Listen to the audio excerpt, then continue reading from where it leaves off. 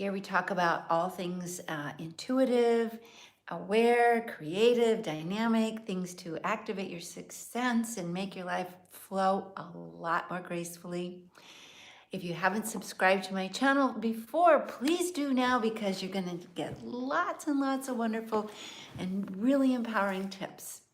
So today I want to talk about, I believe, an extremely important subject, how to be a mindful, spiritually present parent, how to protect your child's intuition, because the truth is every one of us is born with six senses. We are taught to ignore those senses. We are taught to tune things out. We are conditioned to throw away our most important sense. And the most empowering thing you can do as a mindful parent is to allow your children's intuition, their natural intuition, to grow and thrive. So what can you do to make sure and ensure that that happens? Now, the first thing is to recognize intuition is natural, so you're not going to create an intuitive child. You're going to recognize and support their natural intuitive expression. They are tracking you from the minute they take their first breath. They are aware, they are perceiving energy, they are responding, and you want to affirm that, not shut it down. So, one thing I do know about intuitive kids is intuitive kids are intuitively comfortable by their parents' example. So, children especially do what their mothers do. So as a mother, honor your intuition, express that I trust my vibes, I listen to my heart, I believe what I feel. It's important to be in my heart and my space, and if I feel an energy, I will pay attention to it. If you model that with grace and ease and not drama and oh my God, and it's weird, then kids will feel the same way. So I learned my intuitive skills because my mother was intuitive and taught me to listen to my heart, which her mother did and her mother did. And I have two grown daughters who are also intuitives, now teaching people to listen to their intuition. So it's a family thing. People who are intuitive usually can say, I'm intuitive because someone in my family was as well, and left me feeling that it was empowering and important. Now, with children, they pick up vibes all the time, but they don't have necessarily the language or the sophistication.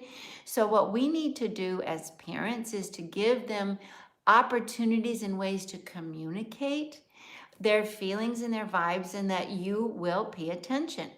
When my children were little, I told them all they had to do if they ever felt uncomfortable, threatened, insecure, unsafe, all they had to do was squeeze my hand. They didn't have to explain or give me a reason. If they squeezed my hand, we're out of there. Enough said. And to this day, as grown women, they say that for them was the most witnessing, empowering, simple tool that helped them feel that they were always being protected, and that they could listen to their heart and it was valuable, and that they didn't have to defend what they felt or explain it or get permission. They just were given support and affirmation that if that's how you feel, that's how you feel. And we're going to respect that. So the other thing is to play games with your kids that kind of wake up their intuitive sense. And one of the wonderful games is facts and feelings. So facts and feelings are, tell me the facts. In other words, what does your physical sense say? What do you see? What do you hear? What do you taste? What do you touch? And then what are your feelings? What's going on inside? So your child comes in and says, okay, I just got in a fight with so and so and so. You say, okay, facts and feelings. What are the facts? What happened? What was the words expressed or shared or back and forth? And now go to your heart, hand on your heart. Let's talk about your feelings. What did you feel? Where did you feel it in your body? Was that your feeling, or were you picking up someone else's feeling? Because this lets your children learn to language their intuitive experience, their inner experience, and let it be validated.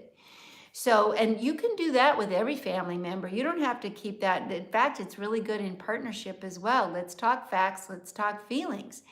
And this helps broaden the interaction with people to be not just biased assumptions and reactions, but really let's get in touch with what we're going, because sometimes even what we call facts are just our own wrong perceptions. So this is a very good game to play. The other thing is to ask one another. Ask your children and invite them to ask you, what does your heart say? Not just what does your head say? What does your head say? And what does your heart say? And you can play this with them on all kinds of subjects. If your kids ask you a question, you can say, before I answer, what does your heart say? That's something my mom did with me. And you know what it taught me? It taught me to listen to my heart. This was before I even started school. So I have listened to my heart my entire life, and it has been an incredibly reliable, fantastic compass for not just protection and safety, but for joy and success and incredible creative empowerment. So you could ask your kids what their heart says, but you have to tell them what your heart says as well. It's got to be a conversation that goes both ways. What does my heart say? What does your heart say? So, and then the other thing that's very fun to do with kids is to teach them how important it is to be in your body, to be in your breathing. So you can do breathing together. Let's do breathing and make that a fun game. Let's breathe in for the count of 6. 1, 2, 3, 4, 5, 6. Breathe out. 1, 2, 3, 4, 5, 6. You can start with little kids at breathe in 2, breathe out 2, breathe in 3, breathe out 3. And you can make it a game. Make it fun. Make it something that, time for breathing. If we get upset, okay, we're going to take care of the boo-boo, but we're going to take care of the breathing first. If you teach children to breathe before they react, if you teach children to breathe when they're stressed, when they're tense, when they're emotional, when they're upset, you give them power, because our breath is our source of power. It is our source of power. So that's another thing to really look for in terms of breath and power and intuition and mindfulness. The best way to be a mindful parent is to be a mindful person.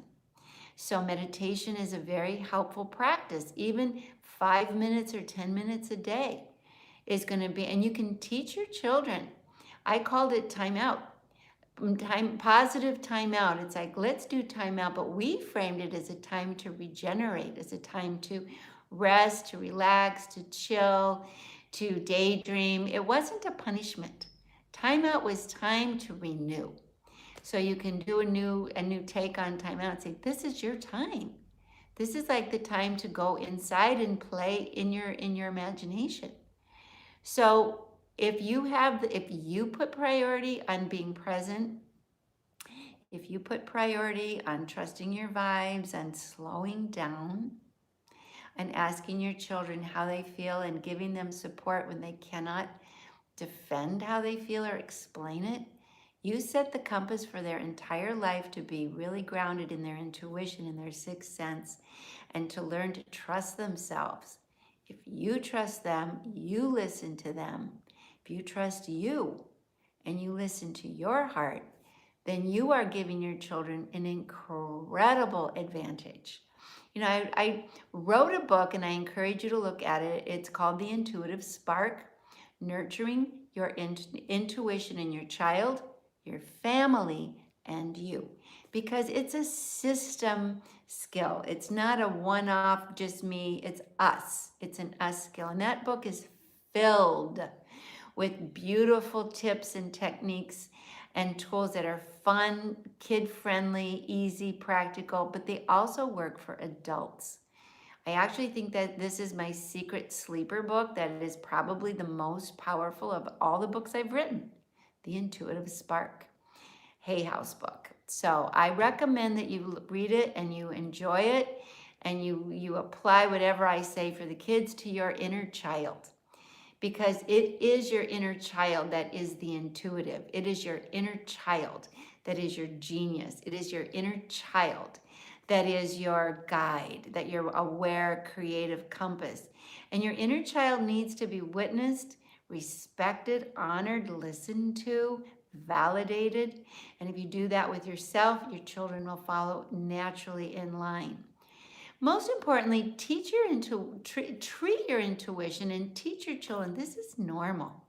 In our family, this is our normal. This isn't weird. This isn't strange. This is regular, and this is important. And if other people don't have intuition going on in their priority system, that's unfortunate, but we do. I grew up in a home where the sixth sense was the first. It was the most important, and I can assure you, it has given me a golden path to a joyful, balanced, empowered life. And frankly, I don't see how any of us can be truly successful on any level in living an authentic, fully empowered, creative life without your inner compass, because it is the roadmap. It's the key. So again, kids do what you do. If you take time to be quiet and you present and breathe, your kids will. If you respect and honor your intuition and say so out loud, your kids will. If you treat it as normal, important, and valuable, your kids will. So it's the gift that keeps on giving. It'll make everybody in the house feel better. I just want to address one more thing before I hop off, and that is, what if there's someone in the household that doesn't go for it, that says you're crazy, you're nuts, you're weirdos? There could very well be that person. I have noticed in all families, even my own dad was kind of that person for a while. But the way to handle that is not polarity. It's not combat. It's not I'm right, you're wrong, I'm good, you're bad. It's humor.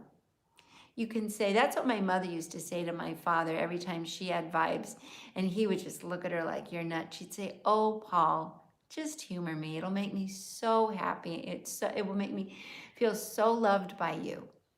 And so he'd shrug his shoulders and do it. She didn't say, listen, I'm right, you're wrong, gotta do it. She didn't do that. She would say, humor me.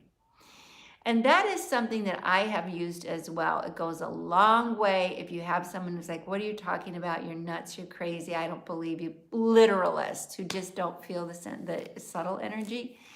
You need to say, well, I appreciate that you don't feel it, but just humor me because I do. Take a risk. I mean, just indulge me because it's important to me. And it would make me feel very supported by you if you do.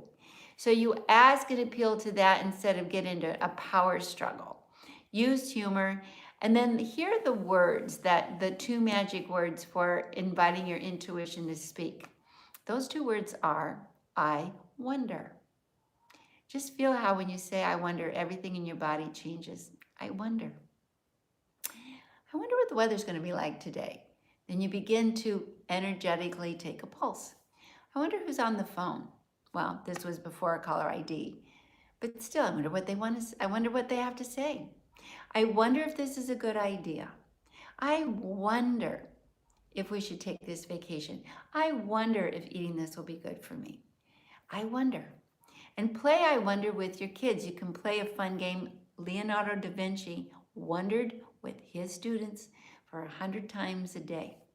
He had them wonder about things, and wonder opens you up to your intuitive channels and gets you out of your intellect, because it becomes sensitive and receptive to what you don't know. So I wonder. So those are some tips and tools. Thanks for tuning in. I really hope you enjoyed this little tutorial about how to raise intuitive kids. Be mindful and to be empowered. And again, check out my book, The Intuitive Spark. You're going to find it full of some really wonderful things. And subscribe if you haven't. I love you lots. I'll be back again soon. All my love. Bye.